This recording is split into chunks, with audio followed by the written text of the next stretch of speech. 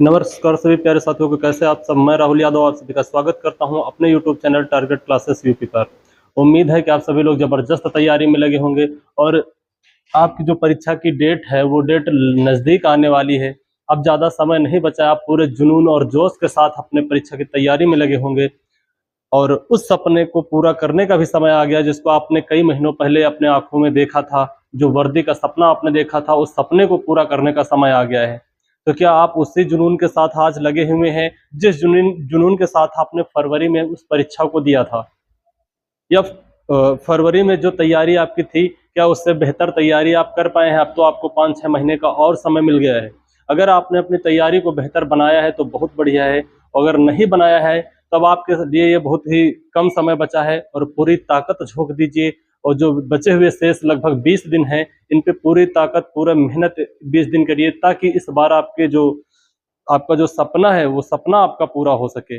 अगर ये भर्ती आपके हाथ से जाती है तो आप ये उम्मीद छोड़ दीजिए कि फिर जल्द कोई भर्ती आएगी। इतनी बड़ी वैकेंसी तो नहीं आने वाली है, इसलिए जो बचा हुआ शेष समय है इसमें सभी लोग पूरी ताकत के साथ पढ़िए। और आइए आज हम लोग एक महत्वपूर्ण सेशन को स्टार्ट करते हैं। उत्तर प्रदेश के जितने प्रमुख त्योहार और मेले हैं उनसे संबंधित क्वेश्चन आपके पेपर में पूछे जाएंगे। तो आज हम लोग इस वीडियो में ये जितना भी इधर से क्वेश्चन पूछे जाते हैं वो सारे क्वेश्चन हम लोग कवर करने का काम करेंगे। आइए शुरुआत करते हैं यूपी स्पेशल की। ठीक है, इसको आप जरूर एकदम तैयार कर लीजिए, यहाँ से 2 से 3 क्वेश्चन जरूर पूछे जाएंगे यूपी स्पेशल से। शुरुआत करते हैं हम लोग सबसे पहले उत्तर प्रदेश के मेले एवं त्योहार।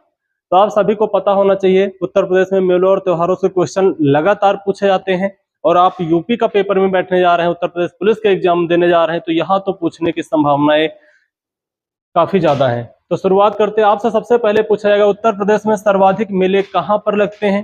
ठीक है, या डायरेक्ट किसी मेले का नाम पूछ लेगा, लेकिन अगर ये पूछ ले कि उत्तर प्रदेश में सबसे अधिक मेले कहाँ पर लगते हैं, तो आप सभी को पता होना चाहिए उत्तर प्रदेश के मथुरा में सबसे अधिक मेले लगते हैं और इन मेलों की जो संख्या है 87 मेला। ठीक है, उत्तर प्रदेश के मथुरा के अंदर सबसे अधिक मेले लगते हैं। कितने हैं? 87 मेले लगते हैं। ठीक है, आगे आइए देखते हैं यूपी में सबसे कम मेले कहां पर लगते हैं। तो उत्तर प्रदेश के पीलीभीत जिले में सबसे कम मेला लगते हैं। ये पॉइंट आप लोग नोट कर लेना, बहुत महत्वपूर्ण क्वेश्चन है। सबसे अधिक मथुरा 87 मेले और सबसे कम कहां पर लगते हैं, तो पीलीभीत के अंदर देखने को मिलते हैं। आगे है यूपी के मेले उत्तर प्रदेश की सभ्यता एवं संस्कृति के परिचायक हैं। ठीक है, यहाँ पर जो मेले लगते हैं यह उत्तर प्रदेश की सभ्यता और संस्कृति को दर्शाने का काम करते हैं, ये बात यहाँ पर कही गई है। और यूपी का सबसे जो बड़ा मेला है वह कुंभ मेला है। और आप सभी लोग बताएंगे उत्तर प्रदेश में कुंभ मेला कहाँ पर लगता है, ठीक है, और कितने दिन में लगता है ये भी बताएंगे। तो यूपी का जो सबसे बड़ा मेला है वो कुंभ मेला है, इसे जरूर आप नोट कर लेंगे। ठीक है, आगे दिया गया कुंभ मेला 2 बार लगता है। ठीक है, कुंभ मेला 2 बार लगता है, प्रत्येक 6 वर्ष के बाद। ठीक है, 6 वर्ष के बाद कुंभ मेला लगता है और 12 वर्ष के बाद महाकुंभ मेला लगता है। आपसे सीधा पूछेगा कि बताइए उत्तर प्रदेश में कुंभ मेला कितने साल बाद लगता है, तो 6 वर्ष के बाद लगता है, 6 साल के बाद लगता है। अगर आपसे पूछे कि उत्तर प्रदेश के प्रयागराज में जो महाकुंभ मेला लगता है यह कितने वर्षों के बाद लगता है, तो यह 12 वर्षों के बाद लगता है। ये चीज आप लोग याद रखना है। आगे दिया गया यूपी का जो प्रयागराज है एकमात्र शहर है जहां पे कुंभ मेला का आयोजन किया जाता है। पूछा जाएगा कि उत्तर प्रदेश का वह शहर कौन सा है जहां पर कुंभ मेले का आयोजन किया जाता है, तो वह आपका प्रयागराज हो जाएगा जहां पर कुंभ मेले का आयोजन किया जाता है। आगे है कुंभ मेला से संबंधित कुछ क्वेश्चन है, इनको देखिए। कुंभ मेले को यूनेस्को के अमूर्त विरासत सूची में शामिल किया गया है। ठीक है, यूनेस्को की सूची में भी आपका कुंभ मेला शामिल है। और यह जो कुंभ मेला है इसके विषय में बताया गया है चंद्रमा सूर्य तथा बृहस्पति की गतियां के आधार पर कुंभ मेले का आयोजन किया जाता है। ये बहुत बड़ी बात है। ये पूछा जाएगा कि किसके आधार पर किया जाता है, तो चंद्रमा सूर्य तथा बृहस्पति की गतियों के आधार पर कुंभ मेले का आयोजन किया जाता है। आगे दिया गया यह विश्व का सबसे बड़ा मेला है। ठीक है, कुंभ मेला भारत का ही नहीं, यूपी का ही नहीं, यह विश्व का सबसे बड़ा मेला है। आपसे पूछा जाएगा तो वह कुंभ मेला होता है। आगे दिया गया वर्ष 2025 में प्रयागराज में इसका आयोजन किया जाएगा। ठीक है, 2024 चल रहा है, 2024 के बाद आने वाला है 2025 में फिर से कुंभ मेले का आयोजन किया जाएगा प्रयागराज के अंदर। आगे दिया गया उत्तर प्रदेश सरकार 60 करोड़ रुपए की लागत से प्रयागराज में कुंभ संग्रहालय का निर्माण कर रही है। इसको याद रखना है कि उत्तर प्रदेश जो सरकार है, इसका जो लक्ष्य है कि 2025 में जो कुंभ मेला लगने वाला है उससे पहले 60 करोड़ रुपए की लागत से प्रयागराज में कुंभ संग्रहालय का निर्माण किया जाएगा। इसे जरूर याद रखना है, करंट से भी संबंधित है। आगे है, यह संग्रहालय 2025 तक बनकर तैयार हो जाएगा। इसके माध्यम से कुंभ मेले से जुड़ी संस्कृति को दिखाया जाएगा। ठीक है, जो ये कुंभ संग्रहालय बनाया जा रहा है, इसी के माध्यम से जो कुंभ मेले से जुड़ी संस्कृत जो भी कल्चर है उस चीज को विश्व लेवल पे दिखाने का काम किया जाएगा। ये चीज हमारा जो है उत्तर प्रदेश सरकार करने जा रही है। इसका जो लक्ष्य है 2025 यानी ये जो कुंभ मेला लगेगा इससे पहले ये चीज पूरा कर ली जाएगी। आगे है आपसे जो सबसे महत्वपूर्ण क्वेश्चन है कि ये कुंभ मेले की शुरुआत किसने की थी, तो इसको आइए देखते हैं। हर्षवर्धन के समय में प्रयागराज में कुंभ मेले लगने की शुरुआत की गई थी। तो आपको याद होना चाहिए जो कुंभ मेले की शुरुआत है यह हर्षवर्धन के शासनकाल से शुरू हुआ था। और हर्षवर्धन के विषय में आपको सभी को पता है कि हर्षवर्धन के पिताजी का नाम प्रभाकर वर्धन होता है और हर्षवर्धन के बड़े भाई का नाम राजवर्धन होता है और हर्षवर्धन की बहन का नाम राजश्री होता है। और इनके पिताजी शुरुआती में हरियाणा के थानेश्वर एरिया में शासन कर रहे थे। उसके बाद इनकी जो बहन थी राजश्री, उसका विवाह जो है ग्रहवर्मन के साथ होता है, कन्नौज के शासक हुआ करते थे। और फिर ग्रहवर्मन की एक राजा होते हैं, वो हत्या कर देते हैं और उनकी हत्या होने के बाद ये इनके भाई आते हैं, भाई से भी युद्ध होता है और इन सब का बदला लेने के लिए जो हर्षवर्धन थे वो थानेश्वर से चलकर हरियाणा या कन्नौज आ गए थे और कन्नौज में शासन करने लगते हैं। तो और कन्नौज में रहते हुए इन्होंने प्रयागराज में जो है कुंभ मेले का शुरुआत की थी। ये सारी चीजें आप लोग याद रखना है। आपसे बस इतना पूछा जाएगा कि कुंभ मेले की शुरुआत किसके शासनकाल में हुई थी, तो वो हर्षवर्धन के शासनकाल में हुई थी।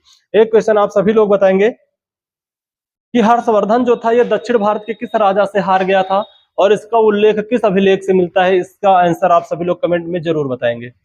आगे दिया गया है, भारत में 4 स्थानों पर कुंभ मेले लगते हैं। चारों स्थानों को हम लोग जानते हैं। सबसे पहला जो स्थान है वो है नासिक, और नासिक जो है महाराष्ट्र में पड़ता है। और आप सभी को पता है अगर कुंभ मेला है तो किसी न किसी नदी पर लगेगा। वो नदी कौन सी है? गोदावरी नदी के किनारे लगता है। ठीक है, कुछ भी पूछ सकता है, आपसे पूछेगा कि बताओ जो कुंभ मेला कितने स्थानों पर लगता है? 4। या पूछेगा जो नासिक में कुंभ मेला लगता है या किस नदी के तट पर लगता है, तो गोदावरी नदी के तट पर लगता है। इसको आप सभी लोग नोट कर लेंगे। आगे है उज्जैन। दूसरा जो कुंभ मेला लगता है उज्जैन में लगता है और उज्जैन आपका जो है मध्य प्रदेश के अंदर है। और जो अगर पूछा जाए जो उज्जैन में कुंभ मेला लगता है या किस नदी पर लगता है, तो यह क्षिप्रा नदी के किनारे लगता है। ये चीज आप लोग नोट कर लेंगे। आगे दिया गया है, तीसरा जो कुंभ मेला लगता है वो हरिद्वार में लगता है और हरिद्वार जो है उत्तराखंड में पड़ता है और यह गंगा नदी के किनारे पड़ता है। ठीक है, पूछेगा कि जो हरिद्वार है ये किस राज्य में है, तो उत्तराखंड में है। कुंभ मेला कहाँ लगता है? हरिद्वार में। अगर पूछे कुंभ मेला जो हरिद्वार में लगता है या किस नदी के किनारे लगता है, तो गंगा नदी के किनारे लगता है। चौथा जो आपका सबसे फेमस और सबसे बड़ा है वो है कुंभ मेला प्रयागराज, और यह गंगा और यमुना नदी के संगम पर लगता है। इसको आप लोग याद रखेंगे। चारों के स्क्रीनशॉट भी आप लोग ले सकते हो। पहला नासिक, दूसरा उज्जैन, तीसरा हरिद्वार और प्रयागराज। नासिक वाला गोदावरी नदी के तट पर, उज्जैन वाला क्षिप्रा नदी के तट पर, हरिद्वार में जो लगता है गंगा नदी के तट पर, और जो प्रयागराज में लगता है यह गंगा और यमुना के संगम पे लगता है। ये चीजें आप लोग नोट कर लीजिए। आगे दिया गया है मेले, त्योहार एवं उत्सव। एक उत्सव है राम उत्सव। अगर आपसे पूछे कि बताओ राम उत्सव कहाँ मनाया जाता है, तो अयोध्या में जनवरी 2024 से इसका मनाने की शुरुआत की गई है। ये चीज आप लोग याद रखना है कि जो राम उत्सव है ये अयोध्या में जनवरी 2024 से इसको मनाने की शुरुआत की गई है। यह उत्तर प्रदेश में पहली बार मनाया गया। इसको याद रखना है कि राम उत्सव कहाँ मनाया, तो अयोध्या में कब से शुरुआत की गई है, तो जनवरी 2024 में। ये करंट से भी संबंधित है, इसको याद रखना है। अभी हाल ही जनवरी में ही शुरुआती दौर में 2024 में इसको मनाया गया। आगे दिया गया है परिक्रमा मेला। आपसे पूछेगा कि बताओ परिक्रमा मेला कहाँ लगता है, तो परिक्रमा जो मेला है यह भी अयोध्या में लगता है। इसको याद रखना है। रामायण मेला, हाँ इसको जरूर याद रखना है। यहाँ से 2 क्वेश्चन पूछे जाएंगे रामायण मेला से। जो रामायण मेला है यह पहले चित्रकूट में लगता था।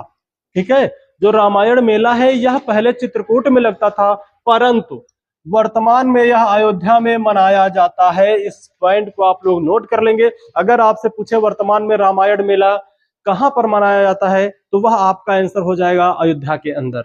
अगर आपसे पूछ ले कि पहले जो है रामायण मेला कहाँ मनाया जाता था, तो वह चित्रकूट के अंदर मनाया जाता था। ये दोनों पॉइंट आप अच्छे से नोट कर लीजिए, और दोनों में बस थोड़ा सा डिफरेंट है, वर्तमान में अयोध्या और अगर पहले पूछे तो चित्रकूट। ठीक है, आगे दिया गया है राम नवमी मेला। जो राम नवमी मेला है यह भी अयोध्या में मनाया जाता है। आप सभी को पता है राम नवमी जो है भगवान राम से ही संबंधित त्योहार है, तो राम नवमी मेला भी अयोध्या में मनाया जाता है। एक है सुलह कुल उत्सव।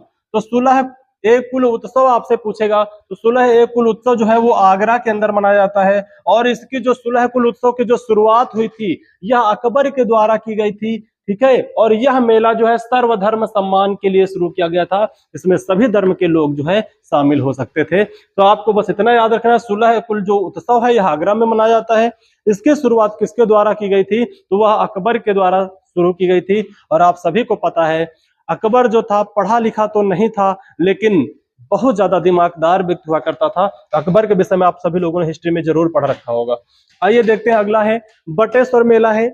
बटेश्वर जो मेला है यहाँ पर ये पशुओं के लिए लगता है, और बटेश्वर जो है ये आगरा के पास पड़ता है, इसको याद रखना है। पूछा जाएगा कि बटेश्वर मेला किसके लिए फेमस है, तो यहाँ पर अच्छे अच्छे जानवर मिलते हैं और कई प्रकार के जानवर यहाँ पर पाए जाते हैं। ठीक है, तो इसको आप सभी लोगों को याद रखना है। और आपसे पूछेगा कि ये बटेश्वर मेला कहाँ लगता है, तो यह आगरा के अंदर लगता है। आगे दिया गया है कैलाश मेला। ठीक है, कैलाश मेला जो आपका है यह आगरा के अंदर पाया जाता है। कैलाश मेला कहां पर है, यह आगरा के अंदर पाया जाता है। अगला दिया गया है ताज उत्सव। ठीक है, जो आपका ताज उत्सव है यह 10 दिवसीय उत्सव होता है। ठीक है, ताज उत्सव जो आपका होता है 10 दिवसीय उत्सव होता है, और यह जो है आगरा के अंदर पाया जाता है। ठीक है, ये सारे पॉइंट आप लोग याद रखेंगे। आगे दिया गया है उत्तर प्रदेश के लोकगीत। ठीक है, उत्तर प्रदेश के लोकगीत हैं, इनमें आपको देखना है कि पूर्वांचल के जो लोकगीत हैं, ठीक है, पूर्वांचल के लोकगीत हैं, इनको देखिएगा। पूर्वांचल के कौन कौन से लोकगीत हैं, इनमें सबसे पहला देखना है चैता। ठीक है, एक चैता लोकगीत है जो पूर्वांचल में काफी प्रसिद्ध है। दूसरा आपका जो है बिरहा। ठीक है, बिरहा भी आपका पूर्वांचल का ही है। और तीसरा आपका एक पड़ता है नाटक। ठीक है, नाटक है। और चौथा चैती है, दादरा है, और कव्वाली है, और होरी है। होरी, और एक सॉन्ग होता है आपका जो ये होता है सोहर और कजरी आदि। ये सब पूर्वांचल के नृत्य हैं, इनको आप लिख लीजिएगा। पूछा जाएगा आपसे, बताइए जो बिरहा है, ये जो लोक नृत्य है या लोकगीत है, यह किस क्षेत्र का है, तो पूर्वांचल का है। नाटक, चैती, दादरा, कव्वाली, होरी, सोहर, कजरी, ये सब पूर्वांचल के लोकगीत हैं, इनको आप लोग याद रखना है। आगे अवध के क्षेत्र के लोकगीतों की बात अगर की जाए, अवध वाले, तो अवध में एक होता है नाटक। ठीक है, नाटक याद रखना है। कजरी है, सोहर है, और सोहर के बाद आपका एक ठुमरी है, कव्वाली आदि। ये जो है अवध के क्षेत्र के लोकगीत हैं, इनको आप लोग एक बार देख लेना है। ठीक है, स्क्रीनशॉट भी ले सकते हो। पूर्वांचल के लोकगीत हैं और ये अवध के लोकगीत हैं, इनको याद रखना है। आगे बुंदेलखंड। बुंदेलखंड एरिया आपको पता है ये वीरों की भूमि हुआ करती थी। इस बुंदेलखंड की भूमि ने भारतवर्ष को एक से एक महान योद्धाओं को दिया है, जिनकी कुर्बानी या जिनकी वीरता को भुलाया नहीं जा सकता है। तो आइए हम लोग बुंदेलखंड के लोकगीतों के विषय में देखते हैं। सबसे पहले एक लोकगीत होता है स्त्री भाग। ठीक है, एक स्त्री भाग होता है। एक होता है आल्हा। आल्हा आप लोगों ने सुना होगा, आपके यहाँ जो महीना चल रहा है सावन का, हिंदू कैलेंडर के अनुसार अगर देखा जाए तो सावन का महीना चल रहा है, और इन महीनों में आल्हा जो आपको बुंदेलखंड और यूपी के अंदर जगह जगह पर आपको सुनने को मिलते हैं, जो पूर्णतः वीर रस से भरा हुआ है। वीर रस का प्रयोग किया जाता है इसमें, ये चीज यहाँ पर कही गई है। तो स्त्री और आल्हा, हरदौला और पावरा, ठीक है, पवारा भी कहीं कहीं पर इसको बोल देते हैं, ये सब वीरों से रिलेटेड है। ठीक है, ये सारी चीजें आप लोग याद रखना है। ये बुंदेलखंड के लोकगीत होते हैं। आल्हा जो है, ठीक है, आल्हा जो है, ये आल्हा जो है ये जगनिक के द्वारा लिखा गया हुआ है। ठीक है, परमाल रासो एक जगनिक है जिन्होंने परमाल रासो लिखा है, इसमें जो है आल्हा का उल्लेख मिलता है। ठीक है, आल्हा कौन थे, आल्हा और उदल नाम के दो बहादुर सैनिक हुआ करते थे, जो महाराजा परमाल के सैनिक हुआ करते थे, और इनकी वीरता का ही जो गुणगान है वो आल्हा के अंदर किया जाता है। आगे देखिए चंदबरदाई। आपसे पूछेगा कि परमाल रासो किसने लिखा है, तो जगनिक ने लिखा है। आपसे पूछा जाएगा कि पृथ्वीराज रासो किसने लिखा था, तो वह चंदबरदाई ने लिखा था। ये दोनों लोगों को याद रखना, परमाल रासो जगनिक ने लिखा, और पृथ्वीराज रासो जो है वो चंदबरदाई के द्वारा लिखी गई पुस्तक है। आगे दिया गया है इन्हीं के गायन से आल्हा की शुरुआत हुई है, इसको याद रखना है। इन्हीं जो ये परमाल रासो ये है जगनिक, इन्हीं के गायन से आल्हा की शुरुआत हुई है। ये चीज यहाँ पर दी गई है। आगे इसके द्वारा वीरता को प्रोत्साहित करने का कार्य किया जाता है। ठीक है, आल्हा के द्वारा जो है वीरता को प्रोत्साहित करने का काम किया जाता है। आल्हा के द्वारा जो है बहादुरों की, वीरों की जो है चर्चाएं होती हैं, गुणगान होता है और वीर रस के माध्यम से किया जाता है, तो सुनने में भी थोड़ा सा इंटरेस्ट बढ़ जाता है। ये बात यहाँ पर जरूर नोट कर लीजिएगा। आगे दिया गया कौरवी क्षेत्र। कौरवी जो क्षेत्र होता है ये हरियाणा के जुड़े हुए यूपी के क्षेत्र है। ठीक है, जो यूपी का क्षेत्र हरियाणा के साथ सीमा बनाता है उस क्षेत्र को बोलते हैं कौरवी क्षेत्र। ये चीज आप लोग याद रखना है। फिर है जो कौरवी क्षेत्र, यहाँ पर कौन कौन से लोकगीत फेमस है। एक है मल्हार। ठीक है, मल्हार का मतलब होता है, ये होता है जैसे आप जा रहे हैं और रास्ते में कोई एक ऐसी लाइन, कोई ऐसा शब्द एक दो लाइन बोल दिया और उस लाइन का कोई खास अर्थ ना निकलता हो, उसी को मल्हार बोला जाता है।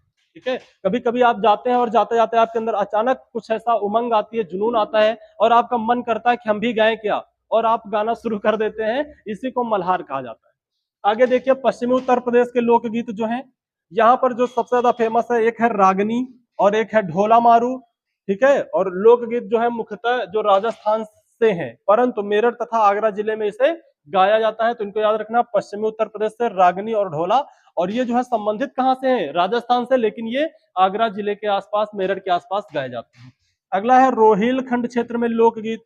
रोहिलखंड जो क्षेत्र है ये बरेली तथा उसके आसपास के क्षेत्र को बोला जाता है। यहाँ पर जो गाना लोकगीत गाए जाते हैं वो एक आपका है बहत्तर बिल और दूसरा है लावड़ी। ठीक है, ये लोकगीत जो है रोहिलखंड के अंदर बोले गाए जाते हैं। आगे है यूपी में साधु संतों के द्वारा गाए जाने वाले लोकगीत। ठीक है, यूपी के साधु संतों के विषय में आप सभी लोग पता है, साधु संत लोग जो है बहुत ही महान होते हैं और इनके विषय में, ठीक है, तो हमको बस लोकगीत पढ़ना है, ज्यादा फिर नहीं बोलेंगे इनके विषय में। ठीक है, तो आपको याद रखना है यूपी के जो साधु संत होते हैं वो कौन से वाले सॉन्ग को, जो लोकगीत है या सॉन्ग है, उनको प्रस्तुत करते हैं, गाने का काम करते हैं। तो उसमें सबसे पहले एक गीत होता है रैमिनी। ठीक है, एक रैमिनी होता है, एक होता है निर्गुण, निर्गुण होता है, एक होता है भगत, और एक होता है पूरन, और एक होता है पचरा। ठीक है, ये सारे लोकगीत हैं जो यूपी के साधुओं के द्वारा गाए जाते हैं। आपसे सीधा पूछेगा बताओ निर्गुण जो लोकगीत है यह उत्तर प्रदेश में किसके द्वारा गाए जाते हैं, तो साधु संतों के द्वारा गाए जाते हैं। ये चीज आप लोग देख लीजिएगा। आगे है उत्तर प्रदेश में बोले जाने वाली भाषाएं। कौन कौन सी भाषा है जो उत्तर प्रदेश में बोली जाती है, तो उत्तर प्रदेश में जो बड़े पैमाने पर भाषाएं जो बोली जाती है, भाषाई विविधता दिखाई देती है। ठीक है, ये बात यहाँ पर कही गई है। और यूपी की दो आधिकारिक भाषा है, एक भाषा आधिकारिक भाषा है हिंदी और दूसरी आधिकारिक भाषा है उर्दू। तो आप सभी लोग बताएंगे, आप सभी लोग बताएंगे कि उर्दू को आधिकारिक भाषा का दर्जा कब दिया गया था। इसका आंसर आप सभी लोग कमेंट में जरूर बताएं। आगे दिया गया इन्हें राज की भाषा कहा जाता है। ठीक है, पूछा जाता है इन्हें राज की भाषा भी कहा जाता है। यूपी में हिंदी की 7 प्रमुख उपबोलियां बोली जाती हैं। आपको ये पता होना चाहिए, पूछा जाएगा कि उत्तर प्रदेश में हिंदी की कितनी उपबोलियां बोली जाती हैं, तो 7 उपबोलियां बोली जाती हैं। ये सारे पॉइंट आप लोग नोट कर लेंगे, बहुत ही महत्वपूर्ण है, बहुत ही, यानी कि ये लगातार पूछे गए हैं, प्रीवियस ईयर से भी जुड़े हुए हैं और आने वाले आपके एग्जाम में यहाँ से क्वेश्चन जरूर पूछे जाएंगे, तो ये सारे आप लोग नोट कर लेंगे। आगे देखते हैं खड़ी बोली के विषय में। इसका जो सौर सैनी अभ्रंश से इसका विकास हुआ है, सबसे पहले तो उसको याद रखना कि खड़ी बोली का विकास किससे हुआ है, तो सौर सैनी अभ्रंश से हुआ है। यह उत्तर प्रदेश के पश्चिमी जिलों में बोले जाने वाली उपबोली है। ये हिंदी की ही एक बोली है, ठीक है, जो उत्तर प्रदेश के पश्चिमी जिलों में बोली जाती है। ठीक है, और पश्चिमी जिले कौन कौन से हो सकते हैं, जैसे आपका मेरठ है, मुजफ्फरनगर है, हापुड़ है, बुलंदशहर है। तो आपसे पूछा जाएगा कि मेरठ के आसपास जो एरिया है यहाँ पर कौन सी भाषा बोली जाती है, तो खड़ी बोली बोली जाती है। और खड़ी बोली जो है की उत्पत्ति किससे हुई, तो सौर सैनी अभ्रंश से हुई है। अगर आपसे मान लो पूछ ले कि बताओ खड़ी बोली के जनक किसे कहा जाता है, तो आप सभी लोग याद रखेंगे कि खड़ी बोली के जो जनक है, ठीक है, जो खड़ी बोली के जनक है वह अमीर खुसरो को माना जाता है। ठीक है, अमीर खुसरो को माना जाता है, ये भी आप लोग नोट कर लेंगे। अमीर खुसरो है। ठीक है, तो खड़ी बोली के जो जनक है वो अमीर खुसरो को माना जाता है। ये पॉइंट आप लोग नोट कर लेंगे। आगे दिया गया है वर्तमान में जो हिंदी साहित्य है, जो वर्तमान में हिंदी साहित्य को उत्तर प्रदेश में इसी भाषा में लिखा जाता है। यानी जो हिंदी साहित्य है वर्तमान में उत्तर प्रदेश में वो खड़ी बोली में ही लिखा जाता है। और आप सभी को खड़ी बोली पता होना चाहिए, खड़ी बोली कौन सी होती है, आप सभी लोग बताएंगे जो खड़ी बोली होती है गाँव में बोली जाती है, ग्रामीण एरिया में बोली जाती है या शहरी एरिया में बोली जाती है? तो आप में से ज्यादा लोग ये कहेंगे कि ये ग्रामीण एरिया में बोली जाती है, पर ये आंसर आपका गलत हो जाएगा। जो खड़ी बोली है वो वर्तमान में शहरी एरिया में बोली जाती है। खड़ी बोली के कुछ शब्द हैं, जैसे कि बोलते नहीं है शहर में ऐसे बोलते, तेरे को मेरे से क्या मतलब, तेरे को मेरे से क्या लेना। जो ये शब्द हैं, तेरे को मेरे से क्या मतलब, तू कौन है, तो ये खड़ी भाषा के ही शब्द हैं। ठीक है, और वर्तमान में जो खड़ी बोली है काफी लोकप्रिय होती जा रही है, ये आप लोग जरूर ध्यान देंगे। ठीक है, तो ये आज के लिए इतने ही क्वेश्चन थे। ठीक है, तो खड़ी बोली के विषय में हम लोगों ने बात कर लिया है। आज के लिए इतने ही क्वेश्चन थे, और तो ये सारे क्वेश्चन जो थे बहुत ही महत्वपूर्ण थे, बहुत ही आपके लिए जरूरी है। ये आपके लिए संजीवनी बूटी से कम नहीं है इस समय, और आपके पास समय कम है, और कम से कम अब इस समय आपके पास बहुत ज्यादा पढ़ने का समय नहीं बचा है। इस समय आप संक्षिप्त पढ़िए, बेहतर कॉन्सेप्ट पढ़िए, और उतना पढ़िए जितना आपके लिए जरूरी है। आप बहुत ज्यादा पढ़ेंगे और बहुत ज्यादा सिर्फ आप यूपी स्पेशल ही पढ़ते रहेंगे, बाकी आपको हिस्ट्री भी पढ़ना है, ज्योग्राफी भी पढ़ना है, पॉलिटी भी पढ़ना है, साइबर भी पढ़ना है, और भी स्टैटिक भी आपको पढ़ना है, करंट भी पढ़ना है। ये तो सिर्फ जीएस का हिस्सा है। ठीक है, तो ये सारी चीजें आप लोगों को पढ़ना है। इस समय आप चुनिंदा चीजें पढ़िए, कम से कम रिसोर्सेस यानी एकदम कलेक्ट करके अच्छे अच्छे चीजें पढ़िए। अब ज्यादा जो है हमको डीप में या बहुत ज्यादा इधर उधर पढ़ने की जरूरत नहीं है, अब उतना समय हमारे पास नहीं बचा है। जो समय बचा है उसको अच्छा कॉन्सेप्ट और बेहतर तैयारी के साथ और बेहतर रणनीतियों के साथ 20 दिन आप तैयारी करिए। ठीक है, आज के लिए इतना ही। जय हिंद, जय भारत।